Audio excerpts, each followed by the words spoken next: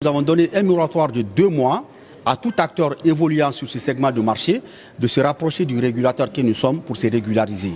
Et on peut être juste un simple commerçant, mais nous partons en Europe et nous importons des radios talkie-walkie. Nous devons avoir un agrément d'importateur pour effectuer ce.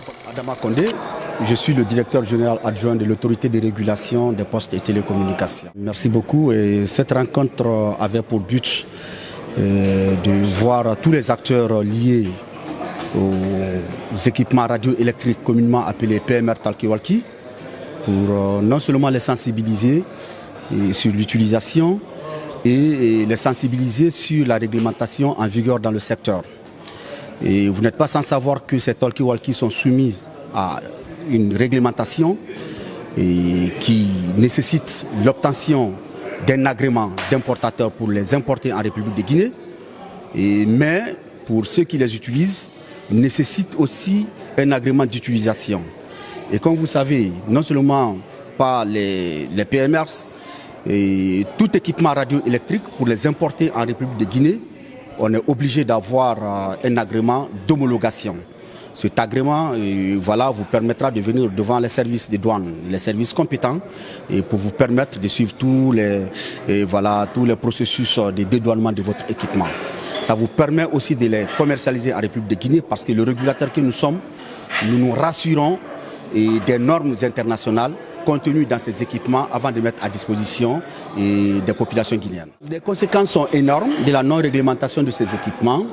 Et comme je l'ai dit lors de la rencontre, ces conséquences vont du point de vue de la santé humaine jusqu'à l'environnement. Vous savez que les équipements radioélectriques sont des équipements qui utilisent des bandes de fréquences et par conséquent qui dégagent des radiations. Et ces radiations, si elles ne sont pas contrôlées, si elles ne sont pas contenues dans les normes internationales, peuvent nuire à la santé de l'être humain et peuvent nuire même à la santé de notre environnement. Aujourd'hui, à partir de cette réunion, nous avons donné un moratoire de 2 mois à tout acteur évoluant sur ce segment de marché de se rapprocher du régulateur que nous sommes pour se régulariser.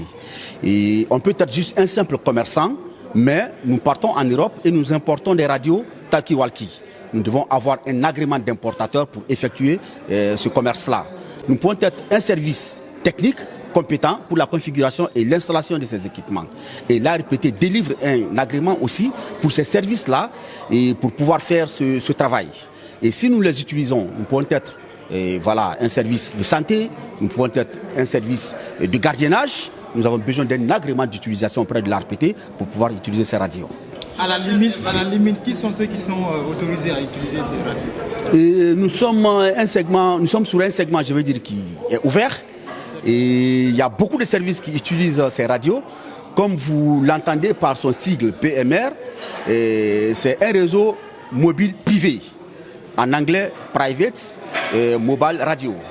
Donc c'est permis à tout le monde d'utiliser, mais il faut avoir cet agrément. Quand je prends les services, nous allons commencer par les services de défense et de sécurité.